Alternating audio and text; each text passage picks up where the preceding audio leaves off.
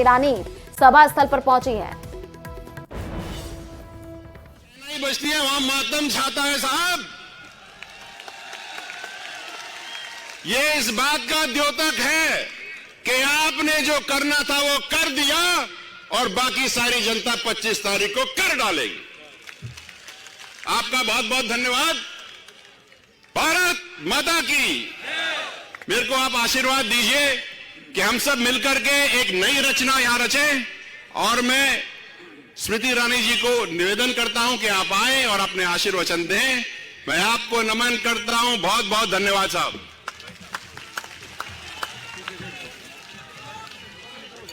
बोलो बोलो भारत माता की। वीरों की भूमि पर आकर जब मंच पर सुखबीर जी और स्वयं रमेश बिधूड़ी बैठे हो, स्नेही बहनें पधारी हो, सम्मानित भाई उपस्थित हो, तो मां भारती का जयकारा कुछ ऐसा लगना चाहिए कि कांग्रेस का वो युवराज जिसको हमने अमेठी में पछाड़ा, जिसने भारत के टुकड़े होने का नारा दिया, ऐसे उद्दंड व्यक्ति के कानों तक आपकी आवाज जानी चाहिए। बोलो भारत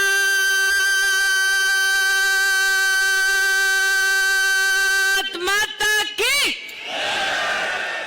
मंच पर विराजमान हमारे यशस्वी सांसद आदरणीय रमेश बिधूड़ी जी, सुखबीर जी, हमारे जिला के अध्यक्ष आदरणीय राजेंद्र जी, जम्मू से पधारे हमारे विधायक आदरणीय रणबीर जी, भारतीय जनता पार्टी के सभी कर्मठ कार्यकर्ता, सभी सम्मानित पदाधिकारी, और आज भारतीय जनता पार्टी को अपना स्नेह, अपना आशीर्वाद देने आए हमारे बुजुर्गों को, स्नेही बहनों को, सम्मानित भाइयों को इस मंच से प्रणाम करती हूं। आप सबका वंदन एवं अभिनंदन करती हूं।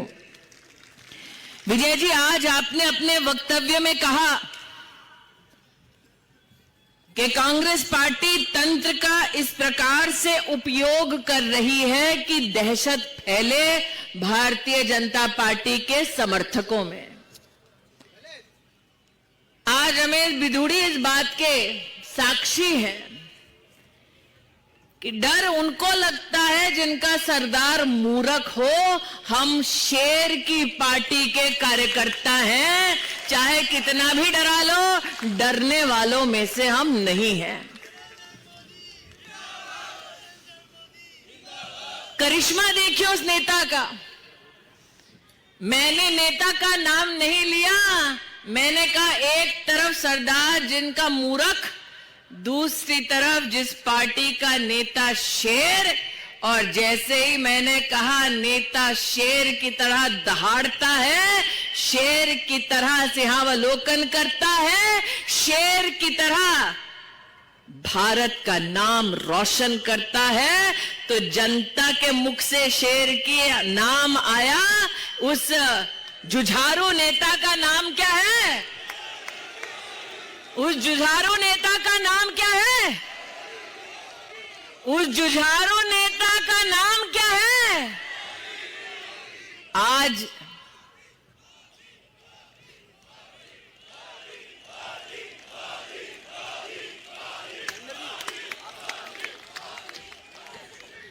जब जनता खुद जानती है कि वो कौन है जिसने एक सामान्य गरीब परिवार में जन्म लेकर यह संकल्प किया कि जब मेरे पास सेवा का मौका आएगा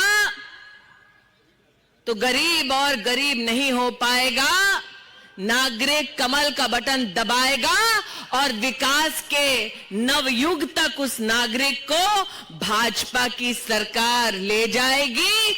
ऐसा संकल्प, और उस संकल्प को सिद्धि तक पहुंचाने वाले नेता का नाम नरेंद्र मोदी है।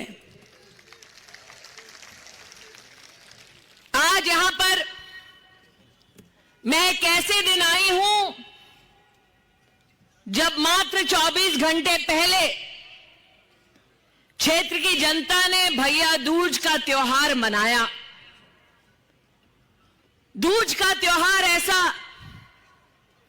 कि बहनें बिना किसी अपेक्षा के भाई के तिलक करके भाई के लंबे और स्वस्थ जीवन की कामना करती है। भाई भी बिना मांगे बहन के पैर छूकर आशीर्वाद लेता है और बहन को अपना संकल्प देता है कि जब तक वो जीवित है, जब तक उसमें प्राण है, तब तक वो बहन का संरक्षण करता रहेगा। आज यहां जो भाई उपस्थित हैं, उनसे पूछना चाहती हूं, आपने भी दूज का त्योहार मनाया होगा, माथे पर तिलक लगाया होगा, बहन को सुरक्षा का आश्वासन दिलाया होगा। उन भाइयों से पूछना चाहती हूं, कैसा लगा उस भाई को जब भीलवाड़ा में एक बच्ची के साथ दुष्कर्म होता है, उसका बलात्कार होता है, उसके टुकड़े टुकड़े किए जाते हैं, भट्टी में फेंक दिया जाता है और लड़की का केवल एक हाथ बाहर रह जाता है।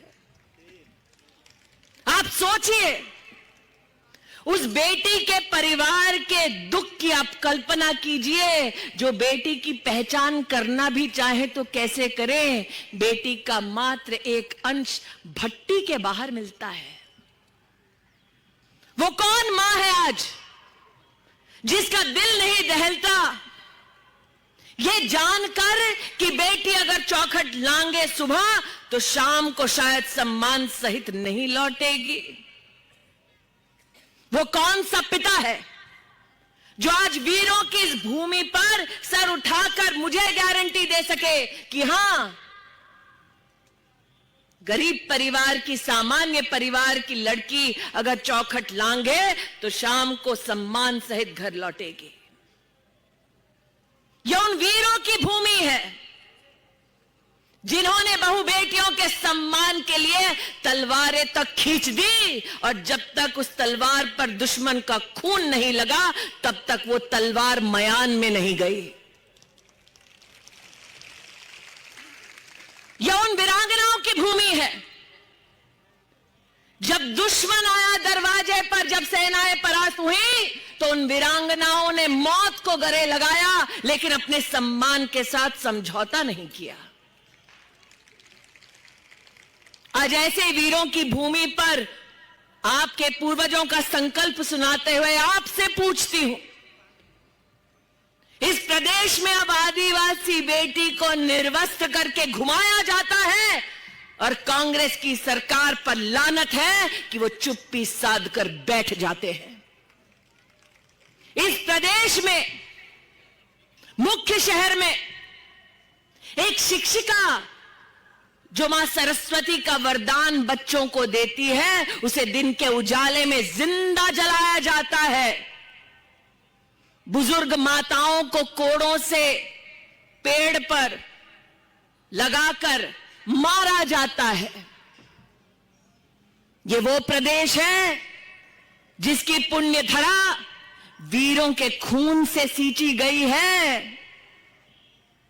यहां पर पुलिस कर्मी का केस आता है जो दलित बच्ची का अपहरण करके उसका बलात्कार करता है। अगर वर्दी पहनकर कांग्रेस की सरकार में पुलिस कर्मी बेटी का बलात्कार करने लगे, क्या ऐसी भूमि पर बहु बेटियां सलामत रह सकती हैं? तो भी आप सुन रहे थे स्मृति ईरानी को, जो कि जनसभा को संबोधित कर रही थी, साथ ही साथ राज्य सरकार पर जम करके हमला भी बोला। चलिए रुक करते अगली खबर की